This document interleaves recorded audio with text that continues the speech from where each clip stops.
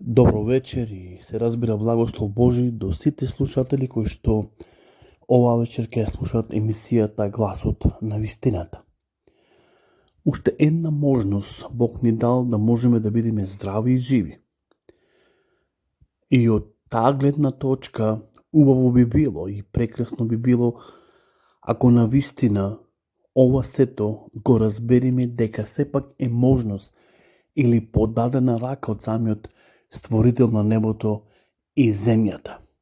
Времето кој ние го имаме, времето кој ние живееме и располагаме, е време кое Бог ни го одредил и ни го дал за слава Негова. Така да, затоа и времето кое што го имаме и кое што е време пред нас, нека биде за слава на нашиот Господ и Спасител Исус Христос. И се надевам дека ова време, кој од 15 на минути, особено од прилика тука емитувано во емисијата Гласот на вистината, може да донесе и да даде голем благослов во вашиот живот и не само тоа, туку и развиток во верата. Многу е клучно и многу е важно да ние растиме во верата. Библијата зборува точно за нашиот духовен растеж, како ние можеме да растиме во верата. Се разбира, прво, што е многу клучно и важно, со помош на Духот Свети, ние можеме да растиме и со Словото на нашиот Господ и Спасител, кој што се емитува во емисијата Гласот на вистината. Затоа е многу важно да слушаме, затоа што самиот Господ Исус Христос ни зборува дека верата доаѓа преку слушање на Словото Господово. И тоа се разбира го запишале апостолите. Затоа што сепак Словото на нашиот Господ и Спасител е бајната на природување. Господ Исус му зборува на Никодим, на еден човек кој Библијата го опишува како кнез јудејски. Човек кој добро ја познаваше Тората. Всушност добро го познаваше петтокнижието и законот на Мојсе. Но Господ Исус му вика дека тој повторно треба да се роди преку дух и вистина. Подоцна апостолот Павле му открива на Тит дека таа бајна на обнова, на природување е всушност Словото Господово, кое е инспирирано и водено од Светиот Дух. Јас се надевам и верувам дека оно што го правиме во оваа емисија е првенствено за слава на нашиот Господ и Спасител, но длабоко верувам дека е под водство на Светиот Дух и дека преку самата емисија, која се емитува, се зборува за зборот Божи, се зборува за Бог, дека ние можеме да се храниме и да растиме, се разбира, од верата.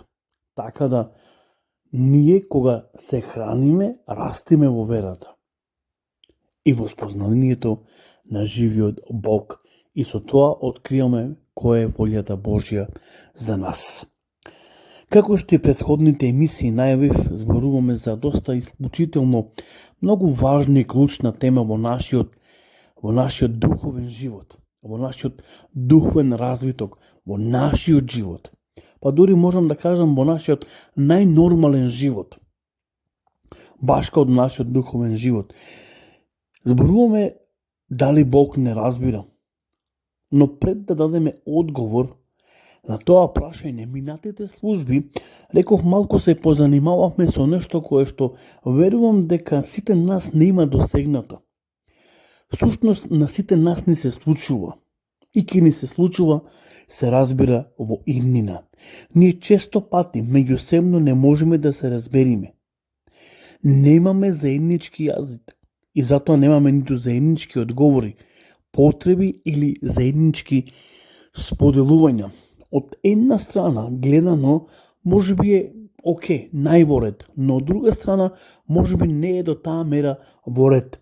Затоа што кога немаме заеднички или меѓусебни разбирања едни со други, ние доаѓаме до несогласности. Всушност, несогласностите едни помеѓу други создаваат раздор едни помеѓу други, создаваат расцеп едни помеѓу други. Всушност, меѓусебните недоразбирања го рушат единството. Всушност, го рушат тоа меѓусебно заедништво. Иако понекогаш, како што кажав, дека ние толку многу се трудиме и сакаме да изложиме толку многу факти за да можеме, за да не разберат другите, но сепак остануваме недоразбрани од страна на останатите. И разбираме дека нас не разбираат луѓето.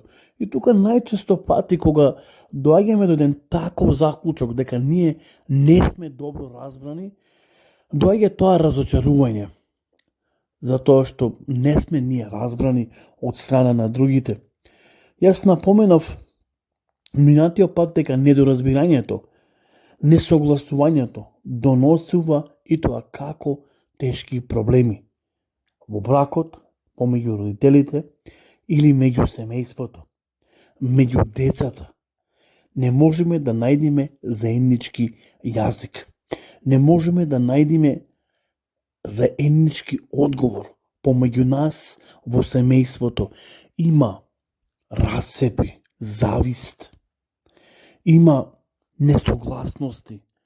И Библијата вели каде се појавуваат сите овие нешта, таму се е лошо и нема ништо добро. Зато е многу важно да едно семејство пред се го познава Бог. Само преку познавање на самиот Господ можеме да ја зајакниме меѓусебната врска, всушност да го зајакниме тој меѓусебен однос и единство.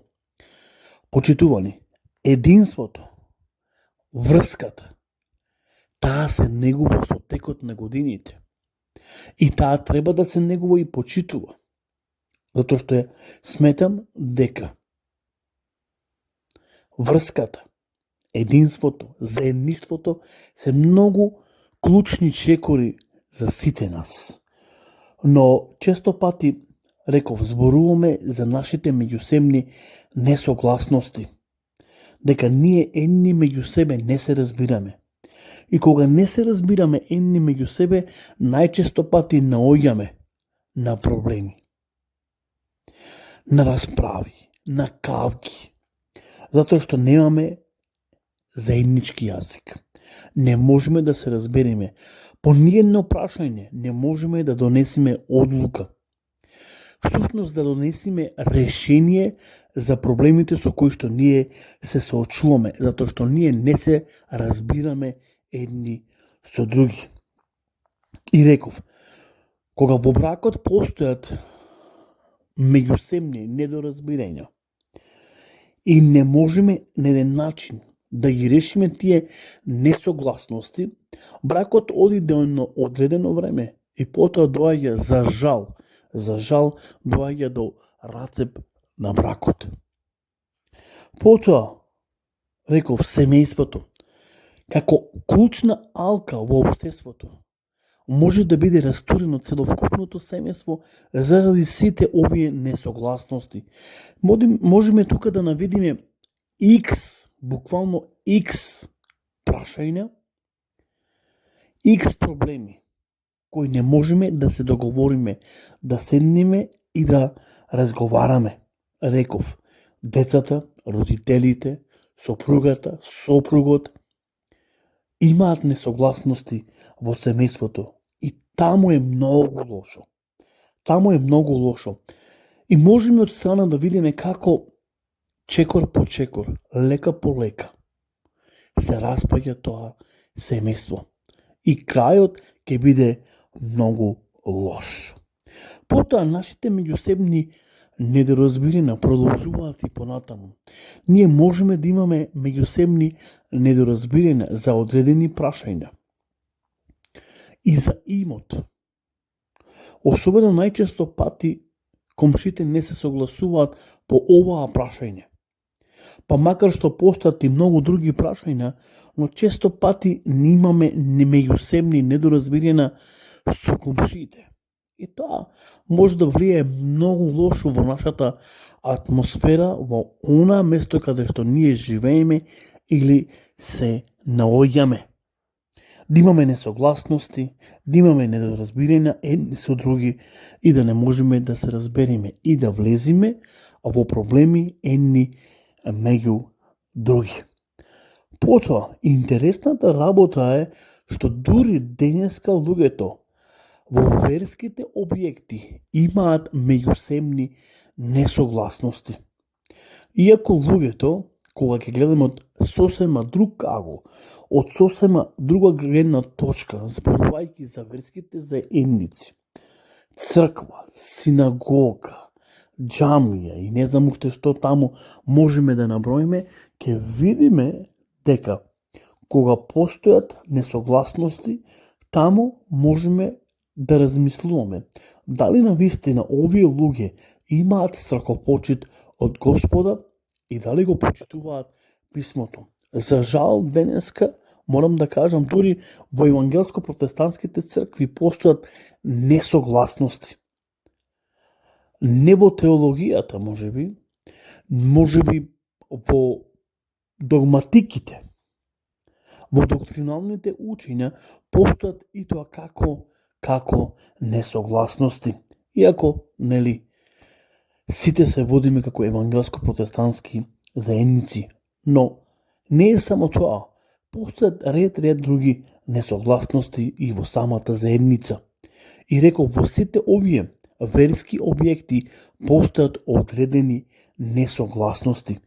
И почитувани, тоа е малку интересно кога внатре, па дури во поглаварите или меѓу поглаварите, меѓу заедниците едни со други, постојат несогласности, постојат меѓусебни недоразбирања и овие две нешта за кои ние зборуваме донесуваат раздор во меѓусебните односи едни помеѓу други. Затоа што има недоразбирање, се нема заеднички јазик. Затоа е многу важно да се чита Словото Господово, реков, дека тоа ни дава одговор за сите наши всушност прашања. За сите овие нешта кои ги набројав, постојат може уште многу повеќе работи за кои што ние можеме да зборуваме, но сметам дека се многу клучни, чекори и важни. За самите несогласувања дека постојат во бракот, помеѓу родителите, семејството, комшиите и верските се разбира заедници. Иако се промовира Словото Господово, се промовира верата Господ, сепак постојат несогласности. И тоа е доста занимливо и доста навистина интересно, затоа што помеѓу нив има несогласности. Па дури помеѓу членовите во заедниците постојат одредени несогласности. Така да сакам да ве оставам оваа вечер со мирот и со благословот Божи. И оно што е многу важно, ако постојат несогласности, тогаш кога постои неединство, таму нема заедништво, таму има раздор. И таму е се лошо и може да заврши катастрофално. Затоа ова вечер, ако сте во еден таков однос со кого да е било и каде да е било, помолете се ова вечер, побарајте мир и благослов и подобрете ги меѓусебните врски. Ако треба на некого да му простите, простете му се со цел да ги избегнете несогласностите и меѓусебните недоразбирања. Затоа што простувањето може да донесе благослов и единство едни со други, а и мир во нашите срца. Затоа ова вечер имајте пријатна и благословена вечер и Господ нека биде со вас и се разбира, ако даде Господ, се слушаме до наредната емисијата Гласот на вистината. Пријатно.